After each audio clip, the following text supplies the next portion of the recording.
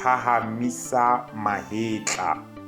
Phahamisa mahetla o ananele ya hao pitso, o bitseditswe bohale o mohale o tla tlotlwa le ka diemahale. Dipale di ngolwe ka ya hao nalane, o buse ka mahlale bohlale ba mehleng ya bahlabani o mohlodi.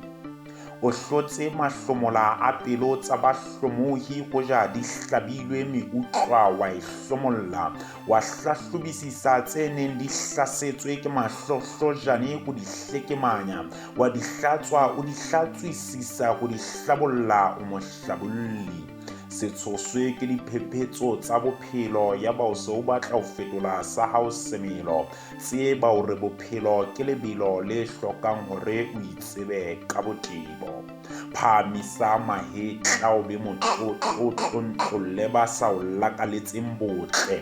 Mmopo wa tlhatlamatjholo wa tse maroba diatla a tla tse matla ka tsona o ikokotlele. O tlale matla etswe katleho ya hao le yona ya tla o phahamise mahetla o leba pele o seke wa hetla.